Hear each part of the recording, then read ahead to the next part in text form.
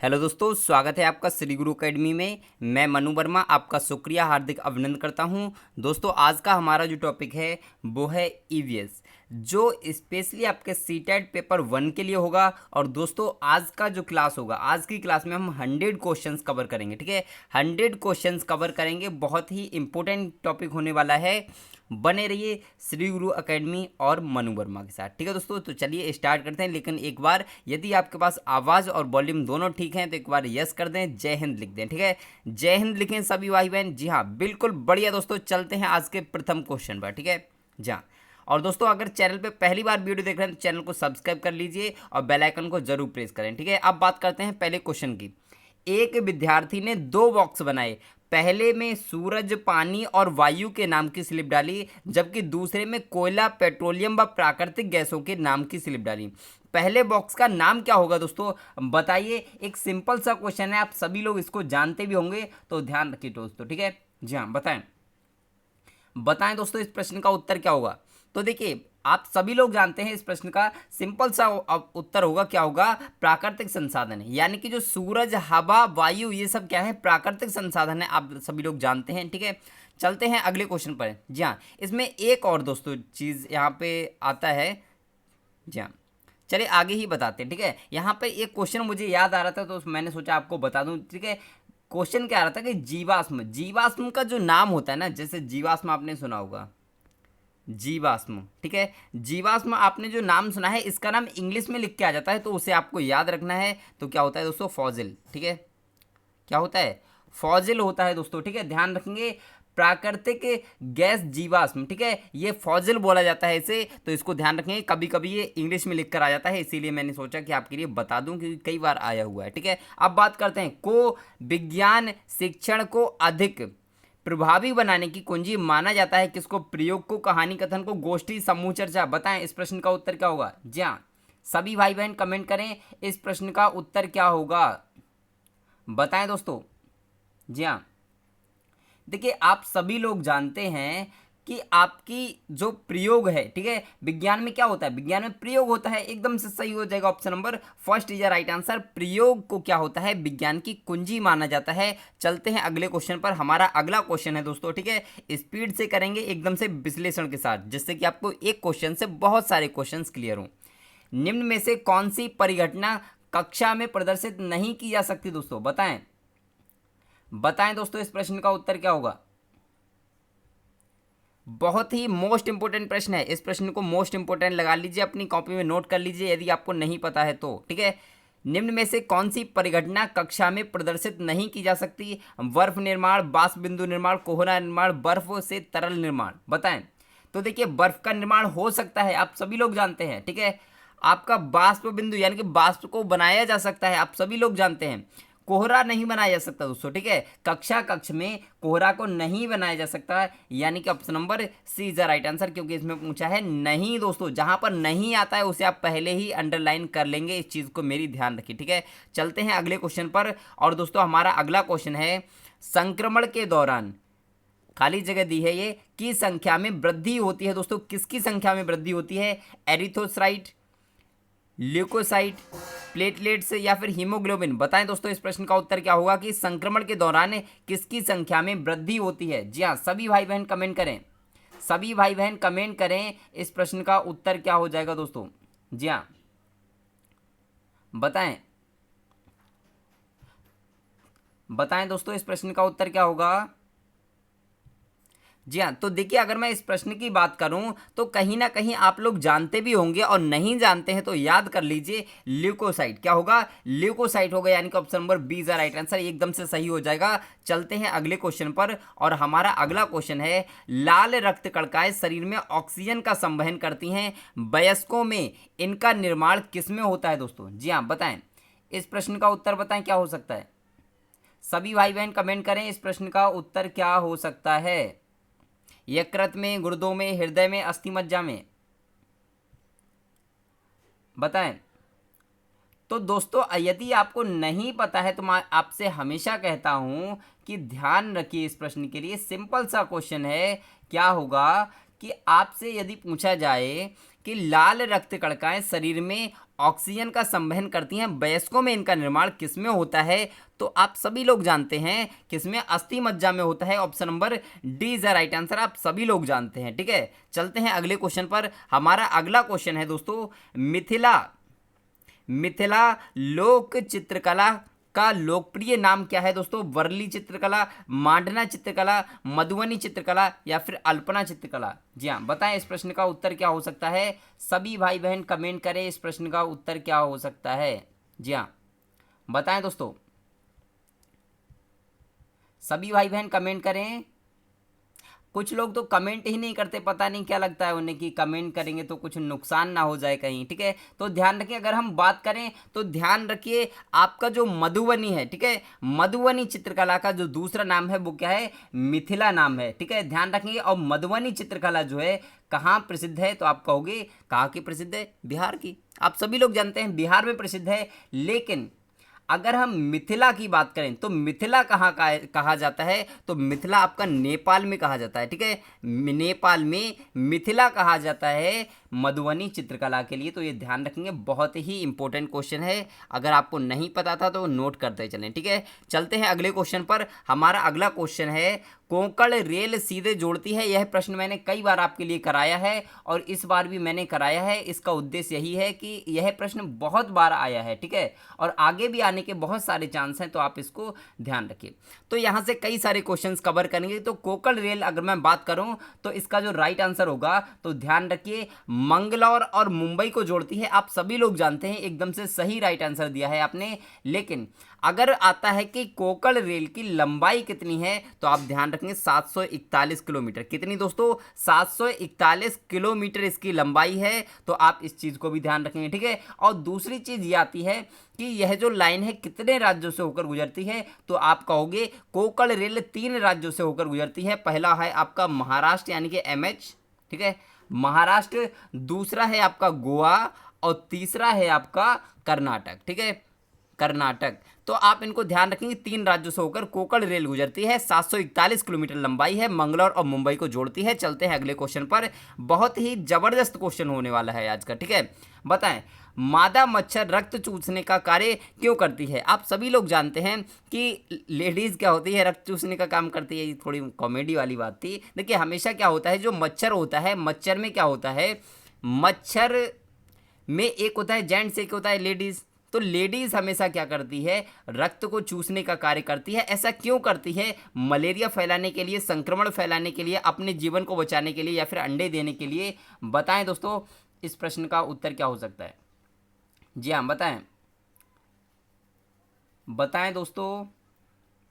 जी हाँ, बिल्कुल सही है, आप लोग सही दे रहे हैं। कुछ भाई बहन गलत भी दे रहे हैं, तो गलत मत दीजिए। तो ध्यान रखिए, अंडे देने के लिए जो मादा मच्छर होता है उसको अंडे देने होते हैं, इसीलिए उसे क्या करना पड़ता है, आपके खून को चूसना पड़ता है। अब उसकी भी मजबूरी है भाई, समझो, उसकी मजबूरी के लिए। ठीक है, जी हाँ, तो ऐसा नहीं करना है। ठीक है, ऐसा मत करना कि हम उनकी मजबूरी समझ लें और बस सारा ब्लड उन्हीं को दे दें, ऐसा नहीं करना है। ठीक है, जी हाँ, बताएं कि निम्नलिखित में से कौन से कार्य ग्राम सभा के कार्य हैं, यह आपको बताना है। यहाँ पे मैं स्लाइड के लिए थोड़ा छोटा करता हूँ। जी हाँ, अब यहाँ पे पढ़ सकते हैं, निम्नलिखित में से कौन सा कार्य ग्राम सभा के कार्य है? पंचायत के वार्षिक लेखा का परीक्षण करना, सामाजिक आर्थिक विकास की योजनाओं व कार्यक्रमों की स्वीकृति देना, गरीबी उन्मूलन कार्यक्रमों हेतु लाभार्थियों की पहचान करना, सामाजिक अंकेक्षण करना। बताएं दोस्तों, इस प्रश्न का उत्तर क्या होगा। अब यहाँ पर मैं पूरा क्वेश्चन आपके लिए एक ही बार में दिखा देता हूँ। अब बताइए क्या इसमें सही है दोस्तों? इस प्रश्न का उत्तर बताइए। आप सभी लोग जल्दी से कमेंट करें। जी हाँ, टाइम वेस्ट ना करें बिल्कुल भी, क्योंकि मैं आपके साथ बिल्कुल टाइम वेस्ट नहीं करता, तो आप भी नहीं करेंगे। जी हाँ, बताएं, बताएं दोस्तों, इस प्रश्न का उत्तर क्या होगा। सभी भाई बहन कमेंट करें, इस प्रश्न का उत्तर क्या होगा।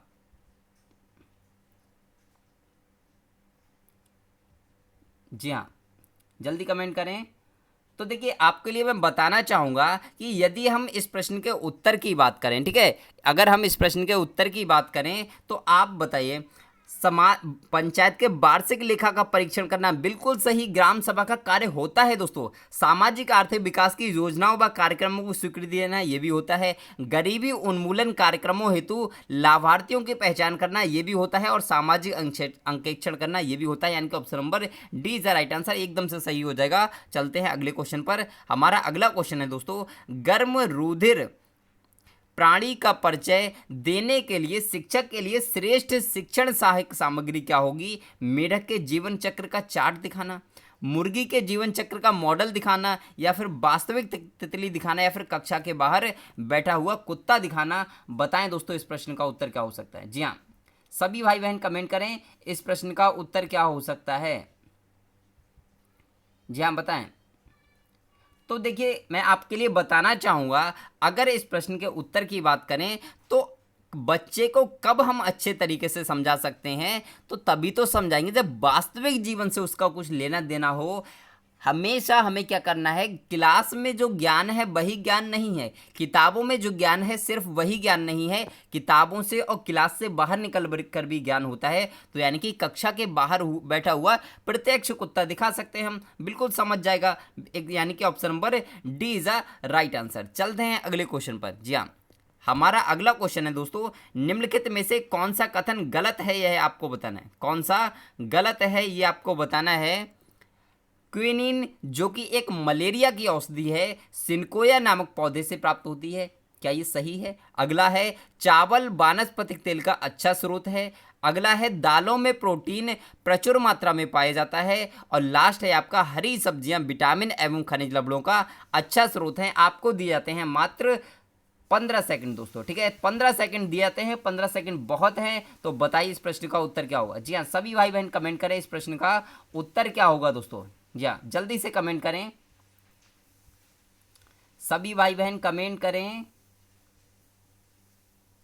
जी हाँ, बहुत बढ़िया दोस्तों। तो अगर हम इस प्रश्न की बात करते हैं तो यहाँ पे अगर हम देखें कि कौन सा गलत है, तो क्विनिन जो कि एक मलेरिया की औषधि है, सिनकोया नामक पौधे से प्राप्त होती है, बिल्कुल सही है दोस्तों। दालों में प्रोटीन बहुत ज़्यादा पाया जाता है, आप सभी लोग जानते हैं। हरी सब्जियां विटामिन एवं खनिज लवणों का स्रोत होती हैं, सभी सही है। लेकिन चावल वनस्पतिक तेल का अच्छा स्रोत नहीं है दोस्तों। और इसमें पूछा है जो गलत है, तो यही आपका राइट आंसर हो जाएगा, यानी कि option number C is the right answer. चलते हैं नेक्स्ट क्वेश्चन पर। हमारा नेक्स्ट क्वेश्चन है, जी हाँ सॉरी मैंने सी बोल दिया ना, सी नहीं, ऑप्शन नंबर बी होगा। जी हाँ, टिक सही लगा रहा था लेकिन मुंह से थोड़ा सा गलत निकल गया था, आप टेंशन मत लीजिए। जी हाँ, बताएं इस प्रश्न का उत्तर क्या होगा कि रसोई घर में अग्नि से सुरक्षात्मक उपाय के रूप में आप क्या जानना चाहेंगे, क्या अपनाना चाहेंगे? यहाँ बताएं, प्राथमिक चिकित्सा मंजूषा, अग्निशामक यंत्र, अग्नि रोधक प्रणाली, या फिर अग्नि रहित यंत्र। बताएं दोस्तों इस प्रश्न का उत्तर क्या होगा? जी हाँ, सिंपल प्रश्न है मगर बहुत ही ज़्यादा इंपॉर्टेंट है, ठीक है?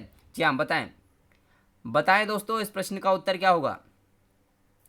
जी हाँ, तो अगर मैं इस प्रश्न की बात करूं तो आप सभी लोग कहीं ना कहीं जानते हैं कि अग्निशामक होगा, अग्निशामक यंत्र का प्रयोग किया जाता है, आप सभी लोग जानते हैं। लेकिन क्वेश्चन एक ये आता है कि अग्निशामक यंत्र में कौन कौन सी गैसों का मिश्रण होता है? तो आप याद रखेंगे, आपका एक होता है CO2, ठीक है, यानी कि कार्बन डाइऑक्साइड, और एक होता है आपका नाइट्रोजन, ठीक है। आपका कार्बन डाइऑक्साइड और नाइट्रोजन, ये दोनों आपका क्या होता है, ये आपका संपीड़ित अवस्था में भरी होती हैं ये गैस, ठीक है। चलते हैं अगले क्वेश्चन पर। और दोस्तों आज के क्वेश्चंस कैसे हैं एक बार कमेंट जरूर करें, ठीक है, कमेंट जरूर करें। आज के जो प्रश्न हैं उन प्रश्नों में मैंने दोस्तों आपके लिए जो पेडागोजी है उसको कम रखा हुआ है और बाकी क्वेश्चंस ज़्यादा रखे हुए हैं, क्योंकि पेडागोजी में आपके लिए इतनी करा चुका हूं कि दोस्तों एक भी प्रश्न आपका वहां से बाहर नहीं जाएगा। आप प्लेलिस्ट में जाकर एक बार चेक करिए, ठीक है। तो अगर हम प्रश्न की बात करते हैं, एक अध्यापक मेघा पाटेकर व अमृता देवी बिश्नोई के योगदान पर बोल रहा है, क्योंकि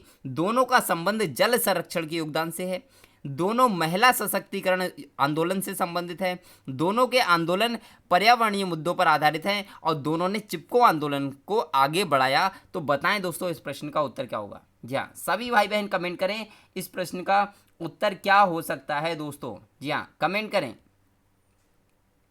कमेंट करें दोस्तों, इस प्रश्न का उत्तर क्या होगा? आपको दिए जाते हैं मात्र 30 सेकेंड। जी हाँ, मात्र 30 सेकेंड, बताएं, बताएं दोस्तों जी हाँ, बिल्कुल सही दोस्तों, एकदम से सही। यानी कि दोनों क्या हैं, पर्यावरणीय मुद्दे से संबंधित हैं। Option number C is the right answer. चलते हैं नेक्स्ट क्वेश्चन पर। हमारा नेक्स्ट क्वेश्चन है, और दोस्तों एक चीज़ याद रखिए, यदि आपको फ्री बुक्स, नोट्स, पीडीएफ इत्यादि कुछ भी चाहिए तो आपको क्या करना है, वीडियो के डिस्क्रिप्शन में आपको टेलीग्राम चैनल का लिंक मिल जाएगा, वहाँ से आप ज्वाइन कर लीजिए। वहाँ से फ्री ऑफ कॉस्ट सारी चीज़ों को आप डाउनलोड कर सकते हैं, ठीक है।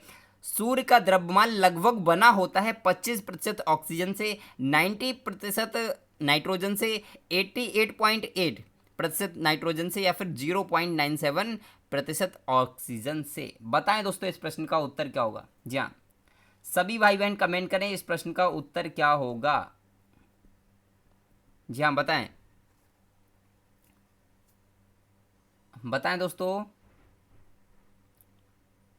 जी हाँ, देखिए अगर मैं आपके लिए इस प्रश्न की बात करूं तो ये प्रश्न आपको कहीं ना कहीं थोड़ा सा कंफ्यूजन भरा लग सकता है, क्योंकि आपने आज तक सुना होगा कि सूर्य में क्या होता है, हाइड्रोजन सबसे ज़्यादा मात्रा में पाया जाता है। हाइड्रोजन, ऑक्सीजन, ऑक्सीजन भी पाया जाता है। तो हाइड्रोजन, ऑक्सीजन और हीलियम, ये तीन गैसों सबसे ज़्यादा पाई जाती हैं। तो आपका हाइड्रोजन इसमें नहीं है, ठीक है, और आपका हीलियम भी नहीं है। ऑक्सीजन है तो ऑक्सीजन इसमें है, तो ध्यान रखिए 25% नहीं होता है, ये होता है आपका 0.97%, ठीक है। चलते हैं अगले क्वेश्चन पर, और हमारा अगला क्वेश्चन है दोस्तों, निम्नलिखित में से कौन सा कथन सही है, यह आपको बताना है। कि निम्नलिखित, ये वाला है, मनुष्य व पौधे दोनों के द्वारा ऑक्सीजन व कार्बन डाइऑक्साइड का निष्कासन होता है। अगला है, मनुष्य ऑक्सीजन व कार्बन डाइऑक्साइड दोनों का निष्कासन करता है। नेक्स्ट है, पौधे ऑक्सीजन व कार्बन डाइऑक्साइड दोनों का निष्कासन करते हैं। और लास्ट है, उपर्युक्त में से कोई नहीं। दोस्तों बताएं इस प्रश्न का उत्तर क्या होगा। बहुत ही मोस्ट इंपॉर्टेंट क्वेश्चन है, ठीक है, मोस्ट इंपॉर्टेंट क्वेश्चन है दोस्तों, बहुत ही अच्छा, ठीक है। इस प्रश्न को बताएं, इस प्रश्न को बताएं क्या हो सकता है। तो देखिए इसमें सही बताना है, मनुष्य व पौधे दोनों के द्वारा ऑक्सीजन व कार्बन डाइऑक्साइड का निष्कासन होता है, बिल्कुल गलत बात है, ठीक है। क्या पौधे भी कार्बन डाइऑक्साइड का निष्कासन करते हैं? गलत हो जाएगा दोस्तों, ठीक है। मानव करता है लेकिन पौधे नहीं करते। मनुष्य ऑक्सीजन व कार्बन डाइऑक्साइड दोनों का निष्कासन करता है, बिल्कुल गलत है दोस्तों। मनुष्य क्या करता है, ऑक्सीजन को लेता है, कार्बन डाइऑक्साइड का निष्कासन करता है, बिल्कुल गलत हो जाएगा। पौधे ऑक्सीजन व कार्बन डाइऑक्साइड दोनों का निष्कासन करते हैं, गलत है दोस्तों। यानी कि option number D is the right answer, यही सही होगा, उपयुक्त में से कोई नहीं, ठीक है। जी हाँ दोस्तों, लाइक शेयर सब्सक्राइब करते रहिए, क्योंकि यहाँ हम बात करते हैं सिर्फ और सिर्फ शिक्षक भर्ती की, ठीक है। अब बात करते हैं, वर्षा जल संचयन का सबसे प्रमुख उपयोग क्या है। सिंचाई, कृषि, पेयजल, या फिर भूमिगत जल स्तर। बताएं दोस्तों इस प्रश्न का उत्तर क्या हो सकता है। जी हाँ, सभी भाई बहन कमेंट करें इस प्रश्न का उत्तर क्या हो सकता है। वर्षा जल संचयन का सबसे प्रमुख उपयोग क्या है। बताएं दोस्तों इस प्रश्न का उत्तर क्या होगा। जी हाँ, तो देखिए दोस्तों, आप कहीं ना कहीं जानते होंगे कि भूमिगत जल स्तर में वृद्धि होती है वर्षा जल संचयन से, लेकिन ये आपका मोस्ट सुटेबल आंसर नहीं है। इसका मोस्ट सुटेबल आंसर होगा, पीने में भी हम प्रयोग नहीं करते हैं, और कृषि में भी तो तभी करेंगे ना जब सिंचाई करेंगे। तो option number first is right answer, ठीक है, सिंचाई, option number first is right answer. चलते हैं अगले क्वेश्चन पर। हमारा अगला क्वेश्चन है, मोस्ट इंपोर्टेंट क्वेश्चन है, लगा लीजिए अपनी कॉपी में और नोट कर लीजिए कि चांगपा जनजाति कहाँ पाई जाती है। चांगपा जनजाति कहाँ पाई जाती है दोस्तों, यह आपको कमेंट करके बताना है जल्दी फटाफट से, ठीक है, टाइम वेस्ट नहीं करना है एक भी मिनट। जी हाँ बताएं। और दोस्तों हो सकता है आपका जो सीटेट का एग्जाम है बहुत जल्द आपका कंफर्म हो जाएगा, ठीक है। जी हाँ, अब बात करते हैं कि चांगपा जनजाति पाई जाती है कब, कहाँ पाई जाती है। तो ध्यान याद रखिए, आपका पाई जाती है जम्मू कश्मीर के लद्दाख में पाई जाती है, तो आपको याद रखना है, ठीक है। जी हाँ, चलते हैं अगले क्वेश्चन पर। हमारा अगला क्वेश्चन है, ध्वनि ज्यादा तेजी से किसमें चलती है। यानी कि ध्वनि की तीव्रता सबसे तेज किसमें होती है। निर्वात में, पानी में, हवा में, लकड़ी में। जी हाँ बताएं, थोड़ा सा कंफ्यूज हो सकते हैं आप इस प्रश्न में। जी हाँ, आप इस प्रश्न में थोड़ा सा कंफ्यूज हो सकते हैं दोस्तों, तो कंफ्यूजन मत रखिए, प्रश्न को बहुत ही अच्छे से पढ़िए, प्रश्न को बहुत ही अच्छे से पढ़ने के बाद ही उत्तर दीजिए दोस्तों। जी हाँ बताएं। तो देखिए एक चीज़ मैं आपके लिए बता दूं, मैं आपसे हमेशा कहता हूं कि प्रश्न को ध्यान से पढ़िए। ध्वनि ज़्यादा तेजी से किस में चलती है आपको बताना है। तो क्या निर्वात में चलती है। तो आप कहते हैं निर्वात में तो सबसे कम चाल होती है, निर्वात में सबसे कम चाल होती है ध्वनि की, ठीक है। अगर हम बात करें कि पानी में चलती है तो पानी में भी इतनी नहीं चलती। इसके चलने का जो रीज़न होता है ना, वो क्या चलती है, जिसमें डेंसिटी ज़्यादा होती है, जिसमें क्या होता है आपका जो उत्तर हो जाएगा तो ठोस चीज़ में चलती है। ठीक है, ठोस चीज़ में, स्टील में सबसे ज़्यादा, लोहे में सबसे ज़्यादा, तो आपका क्या हो जाएगा, लकड़ी। लकड़ी ठोस होती है, अगर हम एक साइड से हम हल्के से मारेंगे तो दूसरी साइड कितनी भी लंबी लकड़ी होगी तो उसमें सुनाई दे जाएगा। ठीक है, चलते हैं अगले क्वेश्चन पर। हमारे अगला क्वेश्चन है, देखिए चीज़ें जो है ना, याद करने का एक तरीका होता है। देखिए एक तो क्या होता है कि रटना, ठीक है, एक होता है अपने जीवन से जोड़कर उसको पढ़ना, जिसे हम कभी नहीं भूलते। तो दूसरा तरीका आप अपनाइए। ठीक है, ध्रुव तारा सभी मौसमों में स्थिर दिखाई देता है क्योंकि ध्रुव तारा अपने अक्ष पर घूर्णन नहीं करता। ध्रुव तारा भूमध्य रेखा की अक्ष पर स्थित होता है। ध्रुव तारा पृथ्वी के उत्तरी ध्रुव की अक्ष के ऊपर होता है, या फिर ध्रुव तारा दूसरे तारों से बहुत दूर होता है। तो बताइए दोस्तों इस प्रश्न का उत्तर क्या होगा। जी हाँ, बताएं दोस्तों इस प्रश्न का उत्तर क्या होगा कि ध्रुव तारा सभी मौसमों में स्थिर दिखाई देता है। तो आप सभी लोग जानते हैं ध्रुव तारा अपने अक्ष पर घूर्णन नहीं करता, यही आप लगाएंगे, लेकिन ये आपका क्या होगा, गलत हो जाएगा दोस्तों, ध्यान रखना है। देखिए दूर होने से क्या एक ही जगह दिखाई देगा, ऐसा नहीं होगा। ठीक है, ये भी गलत हो जाएगा। ध्रुव तारा भूमध्य रेखा की अक्ष पर स्थित होता है, अक्ष पर स्थित होने से नहीं होगा। लेकिन दोस्तों यदि वो उत्तर दिशा में स्थित है, उत्तरी ध्रुव पर स्थित है, तो ध्रुव तो स्थिर ही है ना दोस्तों, समझ रहे ना, ध्रुव स्थिर है और वो ध्रुव उत्तरी ध्रुव पर है, इसीलिए क्या होता है, हमें एक ही दिशा में दिखाई देता है, हमेशा उत्तर दिशा में। ठीक है, चलते हैं अगले क्वेश्चन पर। तो इसका कौन सा सही होगा, तो आप कहेंगे option number C is the right answer, एकदम से सही हो जाएगा। चलते हैं अगले क्वेश्चन पर। और दोस्तों हमारा अगला क्वेश्चन है, जी हाँ, निम्नलिखित में से कौन सी गैस वायुमंडल के तापमान को बढ़ाने में उत्तरदायी मानी जाती है। Hydrogen, helium, carbon dioxide, radon. बताएं दोस्तों इस प्रश्न का उत्तर क्या होगा। जी हाँ, इस प्रश्न का उत्तर बताएं क्या होगा दोस्तों। जी हाँ, सभी भाई बहन कमेंट करें।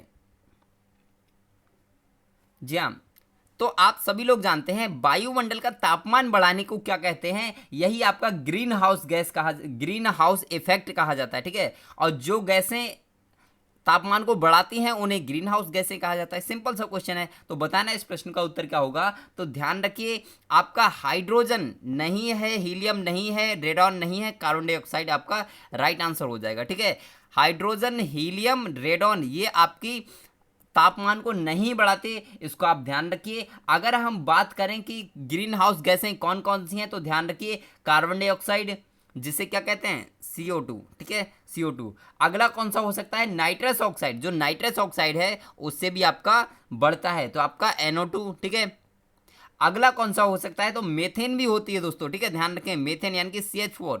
और दोस्तों एक क्या हो सकती है आपकी, क्लोरोफ्लोरोकार्बन। ठीक है, CFC। तो ये आपकी जो गैसें हैं ये क्या करती हैं, ग्रीन हाउस इफेक्ट को बढ़ाती हैं, और यही गैसें ग्रीन हाउस गैसें कहलाती हैं। तो देखिए एक क्वेश्चन से कितने सारे क्वेश्चंस मैं करा देता हूं दोस्तों। और प्लीज़ यदि आपको वीडियो अच्छी लग रही है तो एक बार लाइक शेयर सब्सक्राइब जरूर करें। चलते हैं अगले क्वेश्चन पर।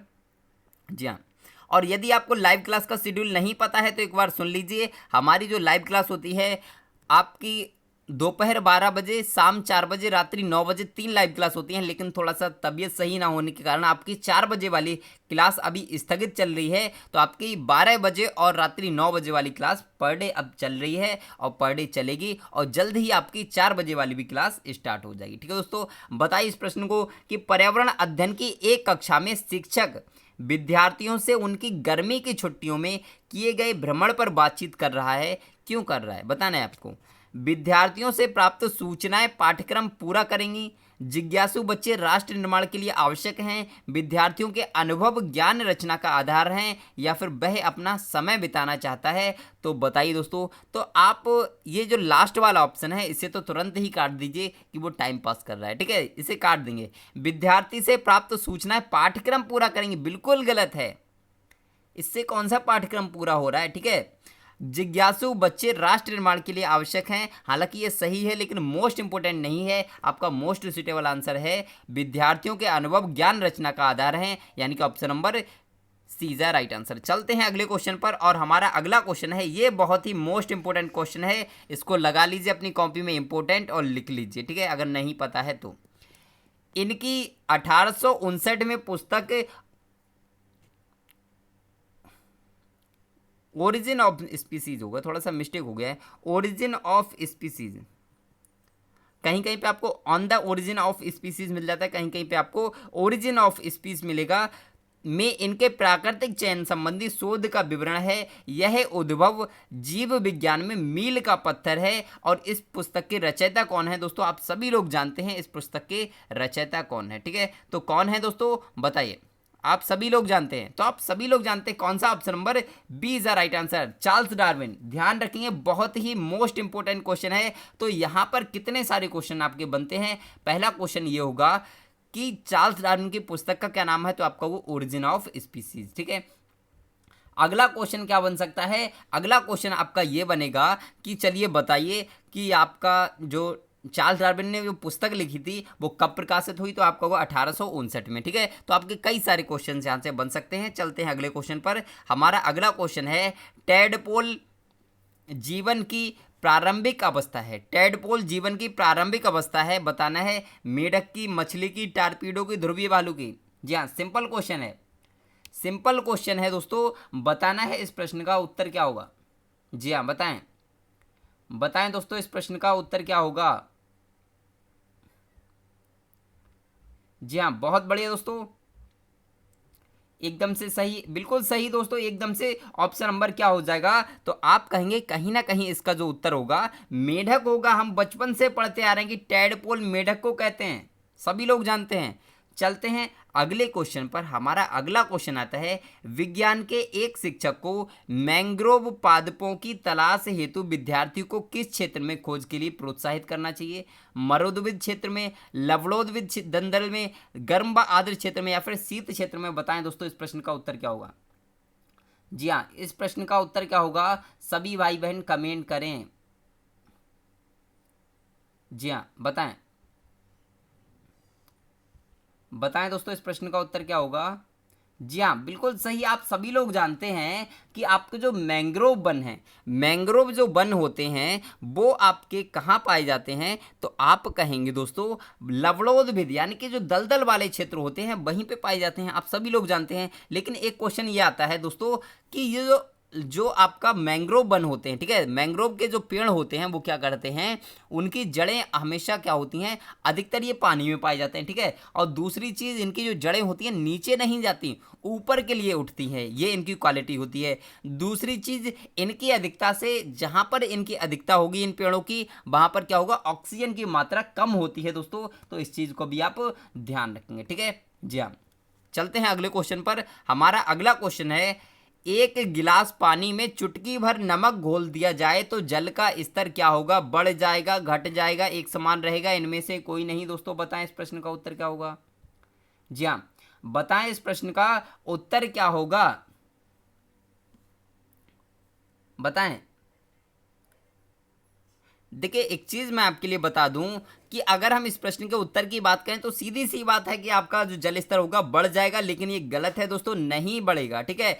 एक समान रहेगा, option number C is the right answer. अगर हम जल में नमक डालते हैं चुटकी भर, तो उससे क्या होगा, आपका जल का घनत्व, जल का स्तर नहीं बढ़ेगा, ठीक है। जल का घनत्व तो बढ़ जाएगा। अगर बात होती घनत्व की, अगर बात घनत्व की होती तो आप कहते कि घनत्व तो बढ़ जाएगा, लेकिन जल स्तर नहीं बढ़ेगा, ठीक है। समझने वाली बात है कि इसमें जल स्तर नहीं बढ़ेगा, जल का घनत्व बढ़ जाएगा दोस्तों। तो आपको ध्यान रखना है। चलते हैं अगले क्वेश्चन पर। और दोस्तों, वीडियो अच्छी लग रही हो तो एक बार लाइक शेयर सब्सक्राइब जरूर करें, और अपने जो भाई बहन और आपके जो फ्रेंड्स हैं उनको एक बार शेयर जरूर करें, शेयर जरूर करें दोस्तों। ये आपका जो श्री गुरु एकेडमी है ना, कोई चैनल नहीं है, कोई कोचिंग सेंटर नहीं है, ये आपका अपना एक परिवार है। तो परिवार के लिए आप शेयर करिए, ठीक है। तो अब हम बात करते हैं, आपका हृदय एक दिन में लगभग कितनी बार धड़कता है? 25,000 बार, 50,000 बार, 1,00,000 बार, या फिर 1,25,000 बार? तो सिंपल सा क्वेश्चन है, इसमें क्या करना पड़ेगा, इसमें आपको थोड़ा सा मल्टीप्लाई करना पड़ेगा, क्योंकि आप सभी लोग जानते हैं कि हमारा जो हृदय होता है वो 1 मिनट में 72 बार धड़कता है, ठीक है। 1 मिनट में 72 बार धड़कता है।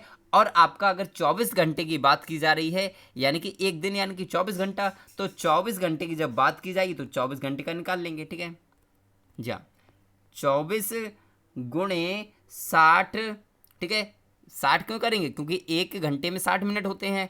और गुणे आपका 72, क्योंकि 72 1 मिनट में धड़कता है, तो इनका जब मल्टीप्लाई करेंगे तो आपका मल्टीप्लाई क्या आना चाहिए दोस्तों, जी हाँ, आपका जो मल्टीप्लाई आएगा तो यहाँ पर आपका आएगा, जी हाँ, आप मल्टीप्लाई करेंगे तो इसका आएगा, जी हाँ बिल्कुल सही, ये आएगा। ठीक है, अब यहाँ पर अगर हम देखें तो इसके सबसे ज़्यादा नज़दीक जो प्रश्न होता है वही हम इसका ऑप्शन मान सकते हैं। तो आपका 1,25,000 क्या होगा, थोड़ा सा दूर हो जाएगा, लेकिन आपका जो मतलब 10 लाख 1 लाख वाला 1 लाख वाला बिल्कुल सही हो जाएगा, यानी कि option number C is the right answer. चलते हैं अगले क्वेश्चन पर। हमारा अगला क्वेश्चन है, हरी खाद से क्या तात्पर्य है। हरी खाद से क्या तात्पर्य है, फसलों में कृमिनाशक डालना, लेगुमिनस पौधों की हरी फसल उगाना, मिट्टी में अपघटित कार्बनिक पदार्थ मिलाना, या फिर फसलों में ताज़ा बने पेस्टिसाइड डालना। बताना है कि हरी खाद से क्या तात्पर्य है। बहुत ही मोस्ट इंपॉर्टेंट प्रश्न है दोस्तों, यदि आपको नहीं पता है तो कॉपी में ज़रूर नोट करें। ठीक है, जी हाँ, बताएं बताएं दोस्तों क्या होगा इस प्रश्न का उत्तर। देखिए बिल्कुल सही है, ऑप्शन नंबर सी लगाया ना आपने, तो सी वालों का बिल्कुल गलत है दोस्तों, ध्यान रखना है। ठीक है, लेगुमिनस पौधों की हरी फसल उगाने, यानी कि option number V is the right answer, बिल्कुल सही होगा दोस्तों। चलते हैं अगले क्वेश्चन पर, और हमारा अगला क्वेश्चन है दोस्तों, जी हाँ, ये क्वेश्चन मोस्ट इंपोर्टेंट लगा लीजिए, अपनी कॉपी में नोट जरूर करें दोस्तों। ठीक है, नहीं पता होता है तो नोट जरूर कर लीजिए। एकल जनक से प्राप्त, सॉरी, क्लोन है, क्लोन क्या है, एकल जनक से प्राप्त पौधे हैं, कायिक रूप से उत्पादित पौधे, आनुवंशिक रूप से जनक पौधे के समान, या फिर उपरोक्त सभी। बताना है इस प्रश्न का उत्तर क्या होगा कि क्लोन क्या होता है। क्लोन क्या होता है दोस्तों, बताना है इस प्रश्न का उत्तर। जी हाँ, बताएं दोस्तों। तो क्लोन की अगर हम बात करते हैं, एक जनक से प्राप्त पौधे बिल्कुल सही है, कायिक रूप से उत्पादित पौधे बिल्कुल ठीक है, आनुवंशिक रूप से जनक पौधे बिल्कुल सही है, यानी कि option number D is the right answer, एकदम से सही हो जाएगा। चलते हैं अगले क्वेश्चन पर। और दोस्तों इतना पढ़ने के बाद यदि आपको लगता है कि सर वाकई में आपके लिए मेहनत कर रहे हैं तो एक बार लाइक जरूर करें, लाइक शेयर सब्सक्राइब जरूर करें दोस्तों। चलते हैं अगले क्वेश्चन पर। बंद कमरे में यदि कोई 3-4 घंटे के लिए कोयला की अंगीठी का प्रयोग करता है तो इसका खतरनाक प्रभाव क्या होगा दोस्तों। कमरे का तापमान असाधारण रूप से बढ़ जाएगा, रक्त में कार्बन डाइऑक्साइड की मात्रा बढ़ जाएगी, रक्त में कार्बन मोनोऑक्साइड की मात्रा बढ़ जाएगी, या फिर रक्त में हीमोग्लोबिन की मात्रा बढ़ जाएगी। तो बताना है दोस्तों इस प्रश्न का उत्तर क्या होगा। जी हाँ, बताएं दोस्तों इस प्रश्न का उत्तर क्या होगा। तो देखिए ध्यान रखिए, इस प्रश्न के लिए बहुत ही इंपॉर्टेंट प्रश्न है दोस्तों, ये प्रश्न आपका बहुत इंपॉर्टेंट है। ध्यान रखिए क्या होगा कि रक्त में कार्बन मोनोऑक्साइड की मात्रा बढ़ने से क्या होता है, आपकी मृत्यु तक हो जाती है। और यदि हम बंद कमरे में 3-4 घंटे कोयले की अंगीठी का प्रयोग करेंगे तो रक्त में कार्बन डाइऑक्साइड की मात्रा बढ़ जाएगी और हमारी मृत्यु हो जाएगी। इसको भी आप ध्यान रखना है। ठीक है, तो दोस्तों आपने खुद देखा कि मैंने आपके एक क्वेश्चन से कई सारे क्वेश्चंस को मैंने कराने की कोशिश की। आपके करीब 29 क्वेश्चंस हैं आज के। ठीक है, लेकिन 29 से कम लगभग 75 क्वेश्चंस तो बन ही गए होंगे जो मैंने आपके लिए डिस्क्राइब करके बताया। तो दोस्तों आज के लिए आपको वीडियो कैसी लगी ये कमेंट करके बताना है, और आप कितने प्रश्न कर पाए ये भी आपको कमेंट करके ज़रूर बताना है। ठीक है दोस्तों, तो आज के लिए बस इतना ही रखते हैं, फिर मिलते हैं एक नेक्स्ट वीडियो में नेक्स्ट टॉपिक के साथ। तब तक के लिए हंसते रहिए, मुस्कुराते रहिए और तैयारी करते रहिए दोस्तों। ठीक है, तो चलिए बाय बाय दोस्तों, जय हिंद।